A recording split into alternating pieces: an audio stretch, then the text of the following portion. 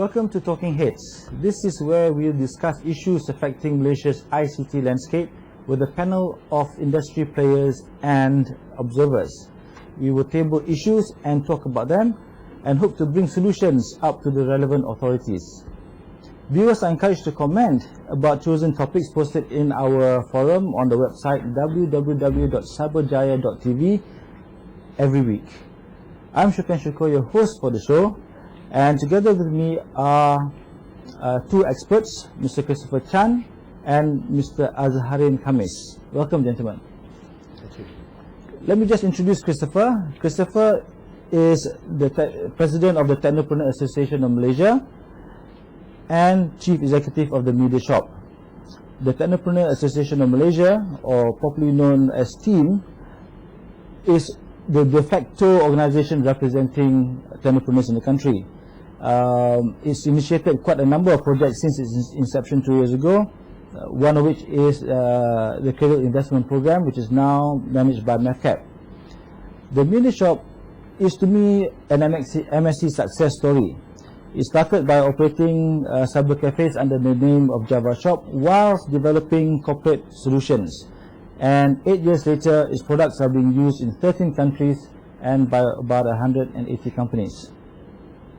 Mr. Azharin is a former journalist with CompuTimes and was part of the initial team that created CompuTimes Shopper Malaysia, which is one of the first IT magazines, if not the first IT magazines in Malaysia. Acted as its editor for a year, and then he moved on to project coordinator with KLIA, and then again project manager with .com before joining Setia Haruman as head of Internet Protocol Services. Gentlemen, former Prime Minister Tun Dr. Mahathir announced the MSc in 1996, so it has been 7 years since then, and there have been major developments. Though some may say that the developments have not come fast enough, while others may say the developments would have happened anyway, okay, without government prodding. But since Tun Mahathir's retirement, there have been changes to the MSc and ICT portfolios. During his time, he was very much in control, as it were, of the MSc initiative. And also the Ministry of Energy, Communications and Multimedia took care of the ICT portion of the MSc initiative. But now, with the new administration, there have been expansion of ministries and awarding of portfolios to new ministries.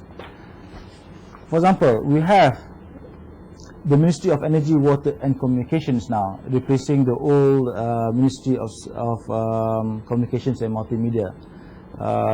Interestingly, multimedia is no longer in that ministry. Okay, and the ICT MSc portfolio is under a new ministry, Ministry of Science, Technology and Innovations, formerly known as the Ministry of Science, Technology and Environment. While the National IT Council and agencies such as MIMOS, MDC falls under this new ministry, the Malaysian Communications and Multimedia Commissions remain with the Ministry of Energy, Water and Communications. Do you think this alignment is good for the ICT industry? Because there seems to be potential for overlapping of functions. And could I begin with you, Chris? And if you could give us your insight into this new development. This is my perspective. You know, I think it's also a learning experience. You know, when they first started all of this, it was easier for an existing ministry to just take that function on. But over time, they realized that infrastructure and innovation are two separate roles and two separate functions that must be handled by different entities in the government. I mean, while you were talking, I was thinking about Proton. You know, imagine if the function of producing Proton cars were given to JKR. You know, it's exactly saying that, you see. So what the government did by sort of having Mostly be in charge of, let's say, innovation, multimedia component, where the infrastructure is handled by the traditional ministry, is quite appropriate, according to me. No doubt there would be some function overlapping, like you mentioned, but I believe the key roles or the profile of the jobs require different personalities or different kind of people for the job.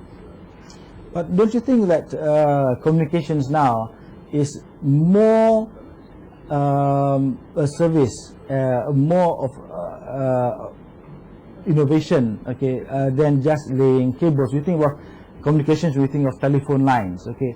In the old days, it's a matter of laying telephone lines. But now, the products that surround communication seems to be just as important as the infrastructure itself. I mean, you're absolutely right.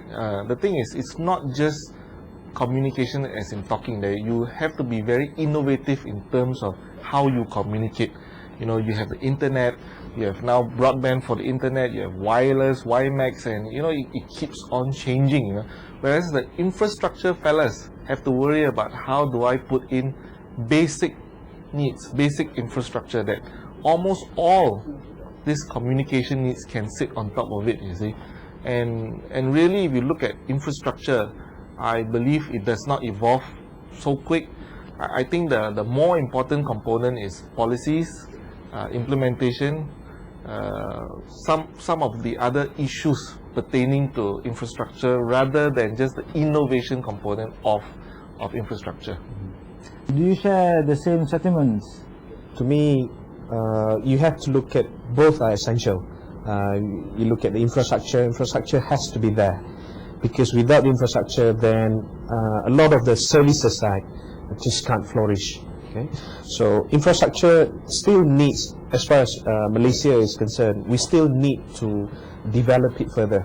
There are still areas, a lot of areas in the country that still the infrastructure part is still one thing. We still need to develop those. So it is good that now we have one ministry that will solely be looking at that particular area. So their role, their scope of responsibility is just to ensure that we have adequate infrastructure and the infrastructure is well managed. We need that. But then after having the infrastructure at the end of the day is like an empty water pipe. You know, it's just empty. It needs services to run on top of it. So the services has to be developed. So you need different kind of thinking, like Chris said. It needs different kind of people to manage it. It needs different kind of people to think, how are we going to make money? How are we going to make sure that these services will be used by the public? So these two are different things. So you need different kind of people to look into them. So I think it is good in that sense.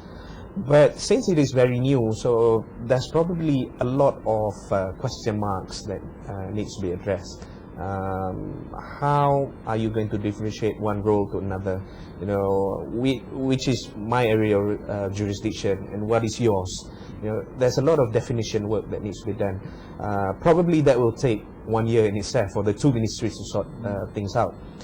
But I suppose it will be good for the future, because as soon as that is established, you know, the working relationship, the areas of responsibility, then I think we should be able to see better services coming from each side.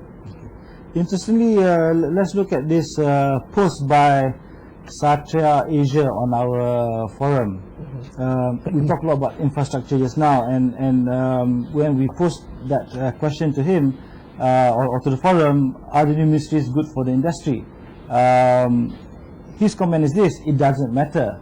Okay, what matters is if Energy, Water and Communications Ministry could impose on the Ministry of Housing and Local Government and the relevant authorities and that issue out the certificates of fitness, okay, for properties